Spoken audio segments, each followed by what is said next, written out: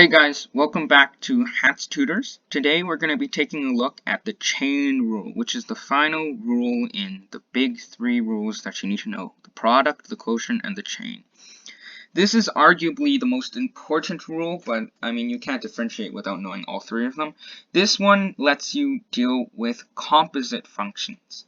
Now what do we mean when we say that? Well, first let's understand what it is. It says that if we have a function, well, it's going to give you, this definition has some conditions which are a bit more advanced, but what we really need to understand is what the derivative of f of x is when f of x is equal to f of g of x. And you see it's a composite function.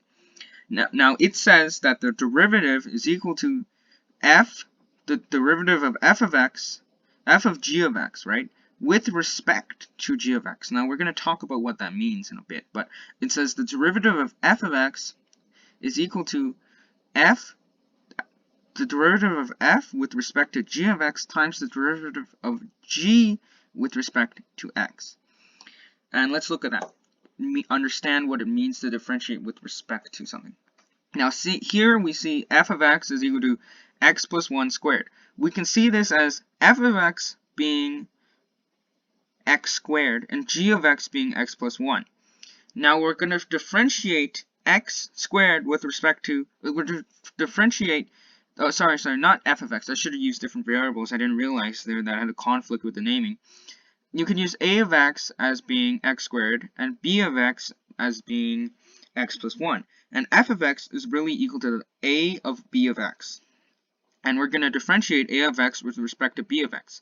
That means just treat this x plus 1 term as being like that x variable. So we're going to drag down this 2 here using the power rule. So I'm going to subtract, lower the numerator by 1, and we're going to get this expression.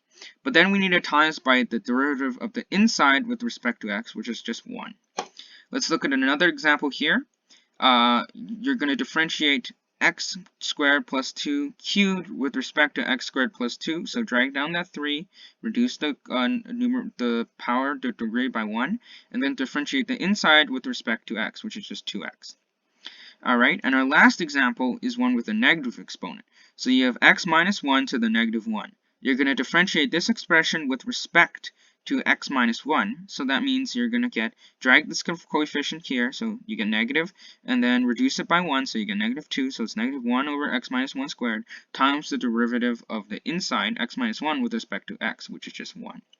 Alright, I hope this video helped you guys get a grasp of what the chain rule is, and helped you have the examples. I hope they help clear up what it really is, because the formula is quite complicated without looking at some examples. So if you guys have any questions, feel free to leave them in the comments below. Thank you for watching.